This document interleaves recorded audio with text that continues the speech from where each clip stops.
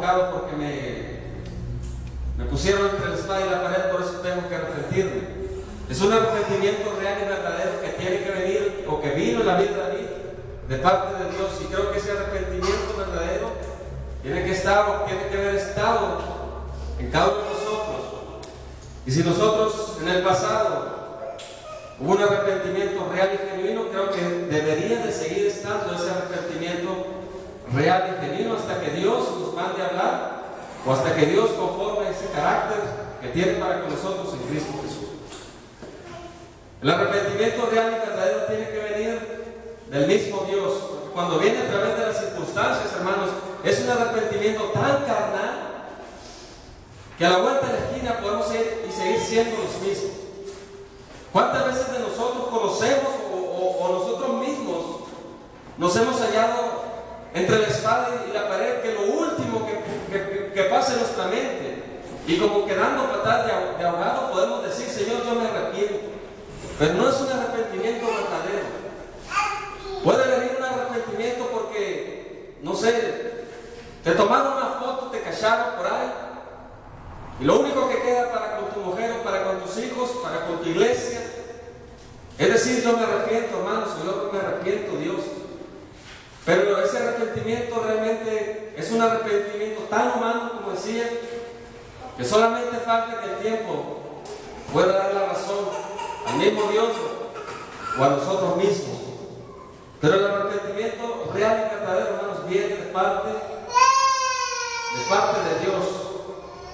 Y tiene que ser la palabra de Dios. Y tiene que ser algo de Dios que mueva el arrepentimiento. Y vamos a ver la historia del rey David. Y a lo mejor no lo podemos leer todo porque son dos capítulos, el capítulo 11 y el capítulo 12. Pero vamos a ver la historia de este rey. Estando en posición de rey,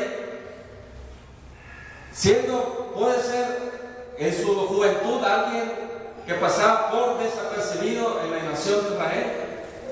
Dios lo unge y lo pone como rey de todo Israel, y Dios le da una misión al rey David.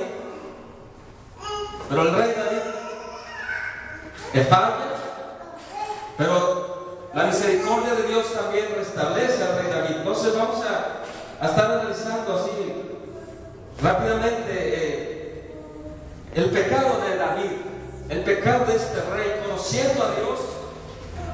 La palabra de Dios venía a través del profeta y el profeta hablaba al rey. Mas sin embargo hay una cosa muy fuerte, hay una cosa muy tremenda en la vida del rey David, y creo que puede ser un peligro también para nosotros como ya cristianos. Y es lo que vamos a analizar, hermanos. Vamos a leer así verso por verso y vamos a estar resaltando lo que queremos enseñar. Dice el verso 1, capítulo 11, verso 1. Aconteció al año siguiente, en el tiempo que salen los reyes a la guerra, que David envió a Joab, un capitán, y con él a sus siervos y a todo Israel, y destruyeron a los amonitas y sitiaron a Rabá, pero David se quedó en Jerusalén. Verso 2, y sucedió un día, hermanos, tarde o temprano la ociosidad del rey David tenía que dar frutos. Dice la palabra de Dios: y sucedió un día. El hecho de que el rey David no estuviera al frente del ejército, el hecho de que el líder del pueblo de Israel no estuviera dando el ejemplo, el hecho de que él se quedara en su casa, en el palacio, mientras su gente exponía la vida por proteger a la nación de Israel, tarde o temprano tendría que haber consecuencias en el reino y en la vida del rey David. Y dice el verso 2: y sucedió un día, hermanos,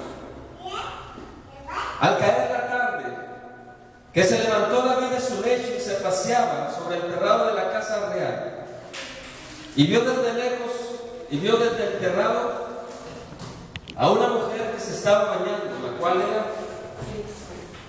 era muy hermosa. Hermanos, el trabajo de un rey es dirigir el reino.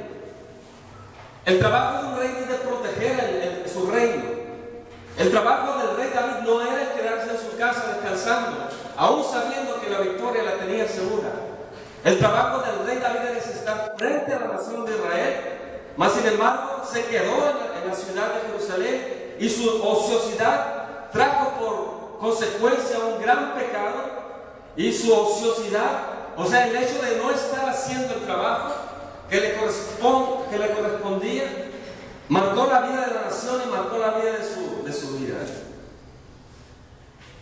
Y hermanos, la ociosidad del rey David trajo grandes consecuencias para su descendencia y grandes consecuencias para su nación.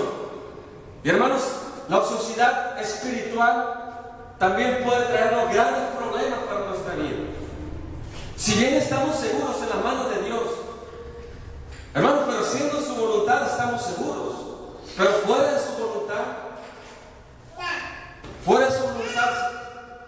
Dios tiene que corregir nuestras vidas. Y hermanos, si la ociosidad espiritual puede cargar mucho pecado en nuestra vida, y las cosas que han estado escritas en la Biblia, hermanos, son para que no las podamos cometer nosotros. Porque si nosotros somos como creyentes, podemos decir, yo voy a cometer adulterio. Si nosotros como creyentes, yo voy a estar de ocioso. Al cabo, como el rey David, Dios va a restaurarme, y al cabo, como el rey David, Dios va a perdonarme.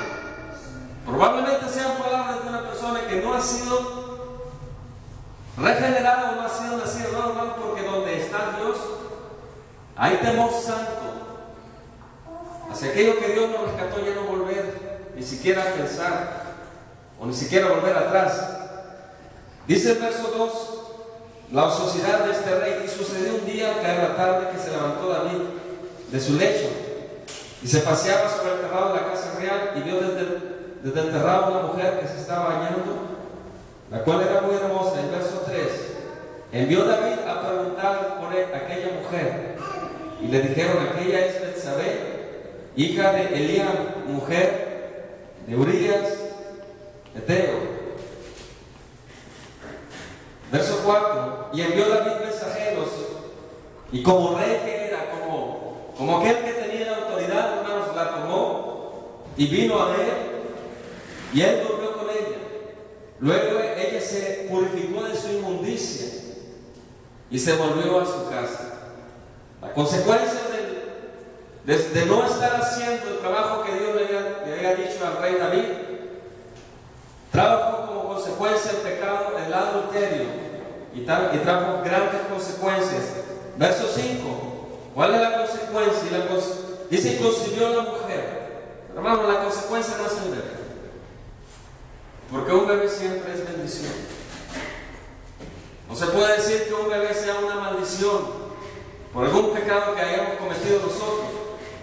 No, las consecuencias no fueron esas. Las consecuencias fueron que el rey David perdió el gozo de su salvación. Las consecuencias es que perdió esa relación tan estrecha que tenía. Y todo por la ociosidad. Y ahorita podemos ver un poco acerca de la ociosidad espiritual. Dice el verso 5, y concibió la mujer, y envió a hacerlo saber a David, diciendo, estoy encinta. Del verso 6 al verso 3, hermanos, podemos ver que la mentira de David empieza a arrastrar a su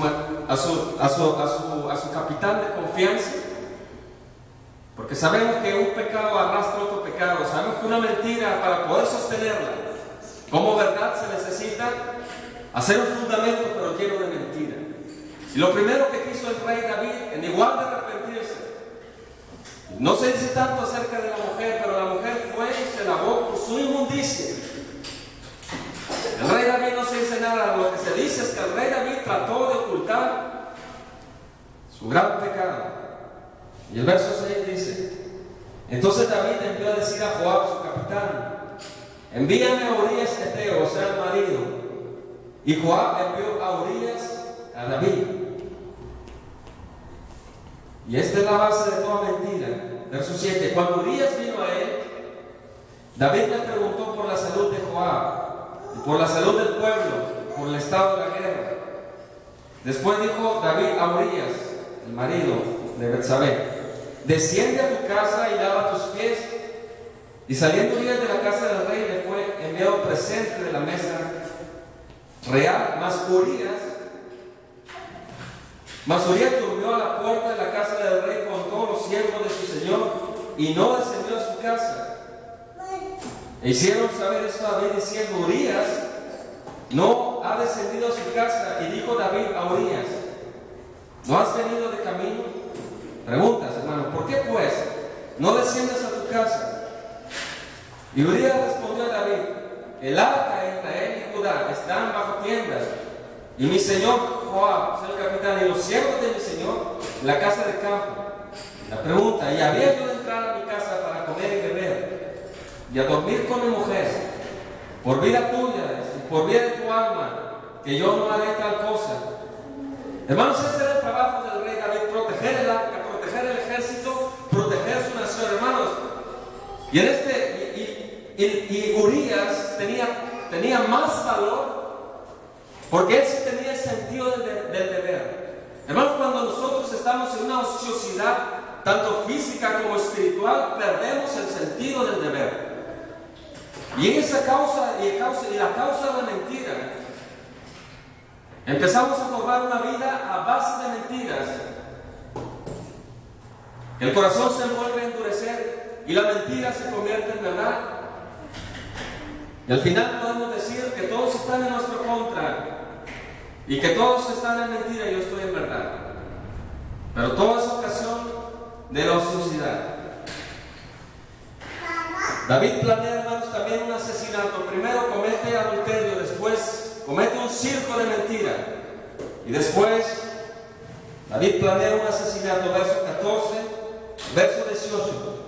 Venido la mañana, hermanos, Urías no quiso estar con su mujer, no quiso disfrutar lo que realmente le correspondía por derecho.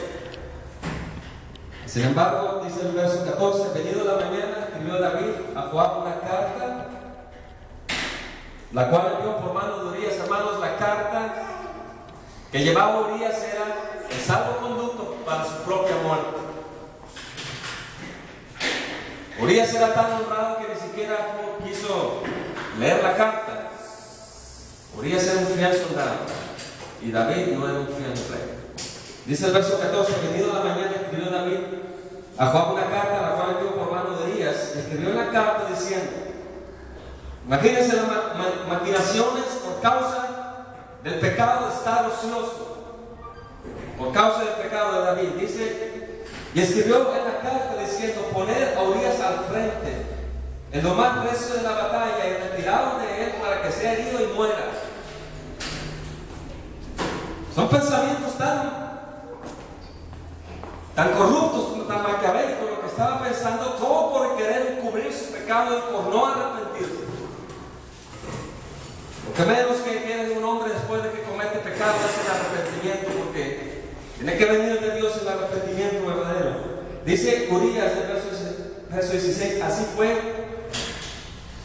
que cuando Joab, el capitán, sitió la ciudad, puso a Urías en el lugar donde se sabía que estaban los hombres más valientes. Hermanos, Urías no era un gran guerrero, mas sin embargo, Urías obedeció y estuvo dispuesto a morir.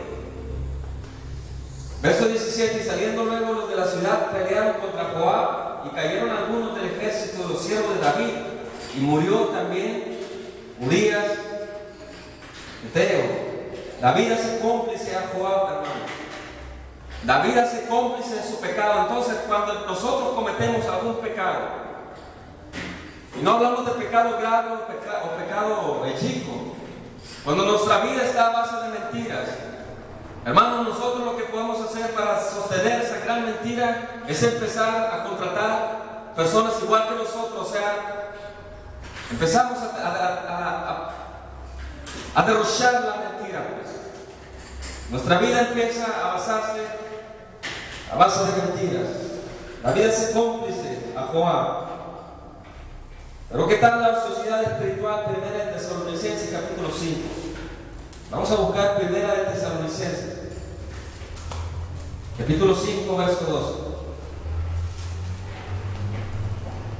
Dice el apóstol Pablo: os rogamos, hermanos, y es un ruego, porque se necesita un ruego para hacer esto, Os rogamos, hermanos, que reconozcáis a los que trabajan en vosotros y os presiden en el Señor y os amonestan. Es un ruego de parte del apóstol Pablo reconocer. Pero ahorita vamos a ver, hermanos, que todos nosotros tenemos que estarnos reconociendo unos a otros porque somos un mismo cuerpo. Dice el verso 13: y que los tengáis en mucha estima y amor por causa de su obra, tened paz entre vosotros. También os rogamos, hermanos, que amonestéis a los ociosos. También os rogamos, hermanos, que amonestéis a los ociosos, que alentéis a los de poco ánimo, que sostengáis a los débiles, que seáis pacientes para con todos. Mirad que ninguno pague a otro mal por mal. Antes seguid siempre lo bueno, unos para con otros y para con todos. Hermanos, cuando un cuerpo está ocioso, cuando una parte, por ejemplo, si tu mano se te fractura y te la inmovilizan, las personas que son doctores o las personas que son enfermeras, ¿qué hacen cuando un cuerpo está postado en cama 1 o 2 meses? Si el cuerpo no lo empiezas a mover, si no lo empiezas a dar masajes, el cuerpo se empieza a podrir, se empieza a salir de llagas. Hermano, la sociedad espiritual es muy peligrosa porque empieza a desviarte del camino que Dios te puso. 1 Corintios capítulo 12, el apóstol Pablo dice que amonestéis a los que están ociosos. Primero dice que tengas en alta estima a los que trabajan, pero que también amonestéis. O sea, que alientes a las personas que no estén haciendo alguna cosa. Y vamos a ver que no debemos de malinterpretar esto de lo que probablemente no hacen o hacen o sí hacen. Y vamos a dar la explicación en 1 Corintios capítulo 12, porque nosotros mismos tenemos en muy alta estima a los grandes predicadores, a los grandes pastores, a los grandes misioneros. Y si son bíblicos y están en la verdad, es bueno reconocer su trabajo. Pero ¿qué pasa con los que estamos aquí abajo? Empezamos a hacer ídolos a esas personas, porque también, cuando desviamos de la escritura, también nosotros podemos caer en idolatría, pero la Biblia dice que apreciemos a los hermanos que entregan un folleto, apreciemos a los hermanos que enseñan la Biblia en su casa, apreciemos a las hermanas que dan consejo a las más jóvenes, apreciemos a los hermanos que hacen el aseo, apreciemos a los hermanos. Hermanos, tenemos que apreciarnos los unos a los otros, tenemos que tenerlos en alta estima. Y si alguien de nosotros está creyendo en la sociedad espiritual, tenemos que alentarlos con la palabra, tenemos que recordarles que pertenece al cuerpo de Cristo, tenemos que recordarles que lo necesitamos. Hermanos, pero si estamos en pecado, lo primero que tenemos que recordarles y que hacerles ver con la palabra de Dios es que el pecado, que necesitan restablecer su vida, su comunión con Dios. En 1 Corintios capítulo 12, la sociedad espiritual es muy peligrosa.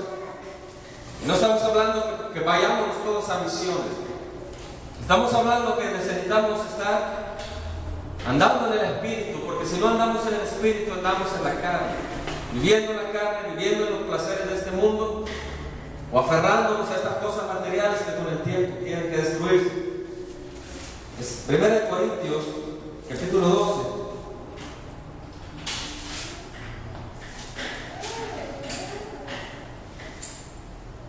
Verso 13. Dice, porque por un solo espíritu fuimos todos bautizados en un cuerpo, sean judíos o griegos, sean esclavos o libres, y a todos se nos dio a beber del mismo espíritu. Hermano, a todos se nos dio de beber del mismo espíritu.